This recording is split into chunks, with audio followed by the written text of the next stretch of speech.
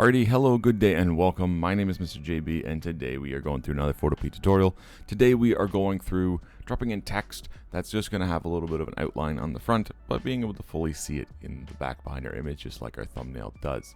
Now, to start, we are going to go up to Select, and we are going to select Subject. Now, when you select that, if you've already used this a bunch of times, it's going to ask you to watch an ad, and that's totally okay, but we're going to select Subject, and then we're going to get there in just a second. Lovely. So with our stuff selected, there's a couple different ways you could go about this. You could drop something like this into a background remover or something like that.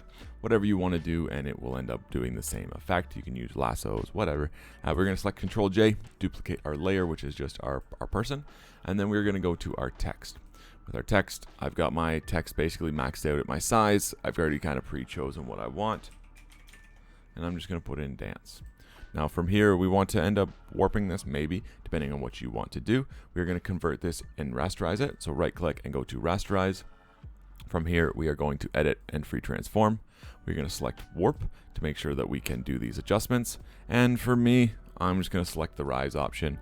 I'm going to end up dragging that and kind of morphing and manipulating it just to, I don't know, look a little bit different. You can grab any of these boxes and do what you want to do with it. And then when you're done, you just select the check mark, and now you've kind of locked that in. Now with that, again, this isn't what we want. So we're going to press Control J. We're going to create a duplicate layer, and we're going to drag our person in between those two layers.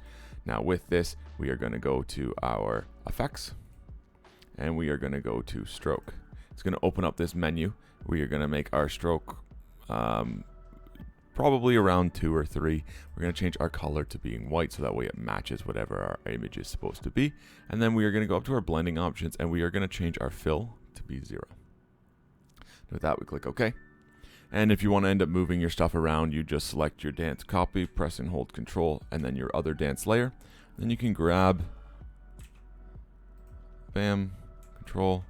You can end up grabbing it and moving it to be wherever it is that you want it, and still be able to see your image or see your thing with the words that are behind it and in front of it. Now with that, that's all that this is. That's all this tutorial is going to be. As always, thank you so much for watching. I hope you learned something, and I hope you enjoyed. Have a wonderful day. Take care and be safe.